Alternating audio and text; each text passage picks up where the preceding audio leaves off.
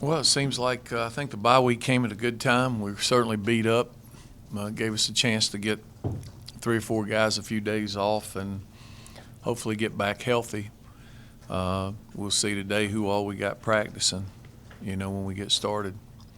Uh, Hopefully we're going to have a few more guys back, and even the guys who are playing were beat up, so they'll be healthy. And, the Georgia Tech, Virginia Tech game's always been hard fought, close games for the most part, and certainly it's what we expect on Thursday night. Don't expect to see anything any different.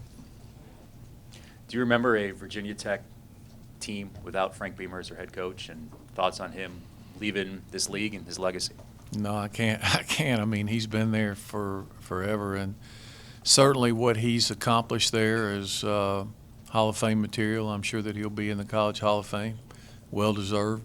I think if you go back and look at all that he's accomplished in today's world, you wonder if they would have let him accomplish that.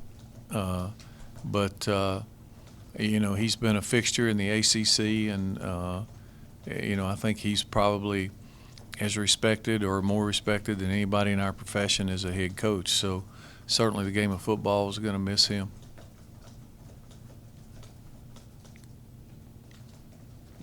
I'm curious, what, either at league meetings or trips or whatever, what's been your experience just getting to know him on a personal level?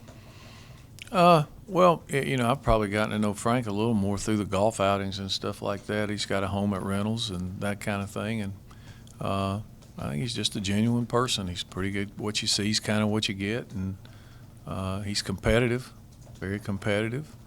Most people in this profession are, but I think that he's always tried to do things the right way, and he certainly built Virginia Tech into. I think people would agree that they're been pretty much of, the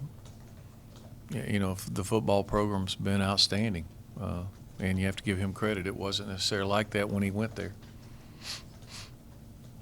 With Virginia Tech, you've obviously had a lot of really close, pretty exciting games. Do a couple stand out to you either way? You remember the ones you lost. I remember, a few years ago here, when we had them backed up and got a crazy penalty and, went on to figure out a way to lose a game. And, of course, it looked like they had us beat up there a year ago, and we found a way to win the game. It's just been kind of some hard-fought, crazy games. What stands out offensively for their program? Well, their quarterback's been injured. He's just now getting back, so they've kind of run a myriad of offenses. When they had the other kid in there playing, it was more run-oriented. So you really, now it's kind of a combination of both. But I think their receivers and tight ends are pretty good players. The McMillan kids started to run the ball well. The tight ends, I think, are good players. The Hodges kid's a hard matchup guy. But, I think that would probably be the key. We've got to play better against the run. If we don't play better against the run, it doesn't matter what anybody's going to do. It seems like this team struggled on the road. Some of the things you see with the young team, do you feel like maybe playing Thursday night at home can give them that shot of energy they had against Florida State? I was talking to the staff this morning. We were talking, I think if you look this year, we've probably played a little better at home. And, we didn't win the North Carolina Pitt game, but we probably played a little better. So you hope. I mean, it's Thursday night, national television, home game. You would hope that you would be geared into play and playing a team that, while this year is not going to happen every year but one since we've been here, the winner of this game had won the Coastal Division.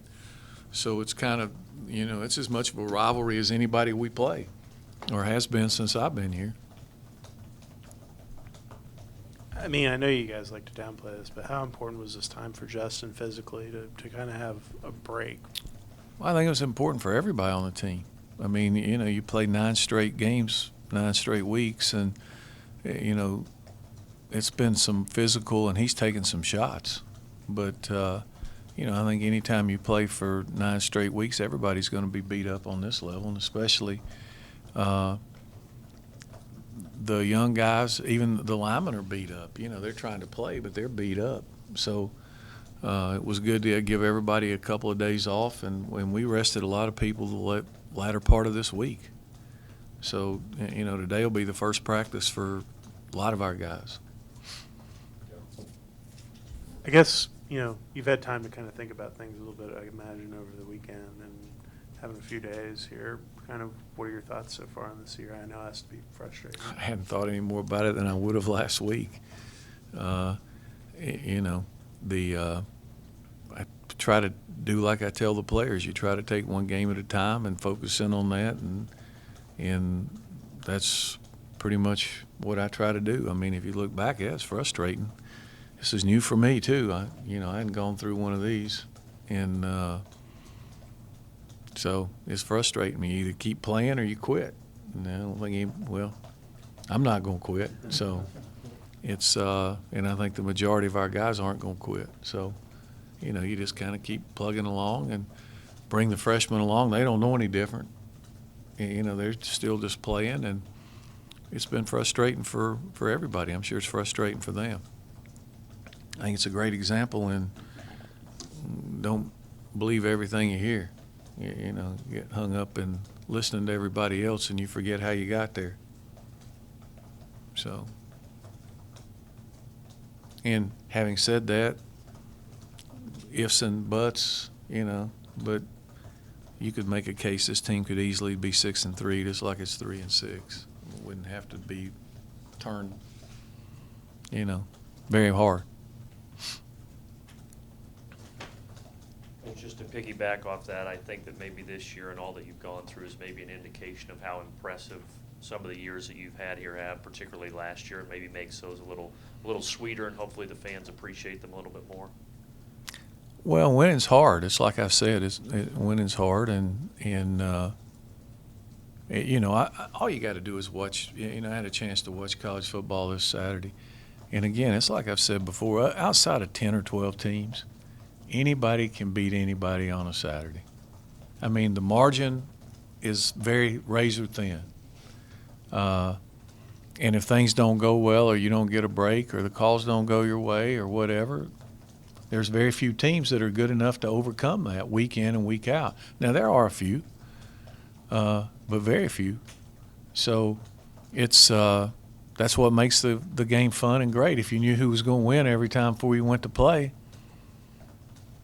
it wouldn't be as exciting or whatever. I think that, last year was a great year. I mean, you won 11 games and won a BCS bowl game and beat your in-state rival. Yeah, that probably hadn't happened here a lot. But certainly that's the goal every year. That's what we're trying to do and trying to accomplish. So, fans are going to be fans.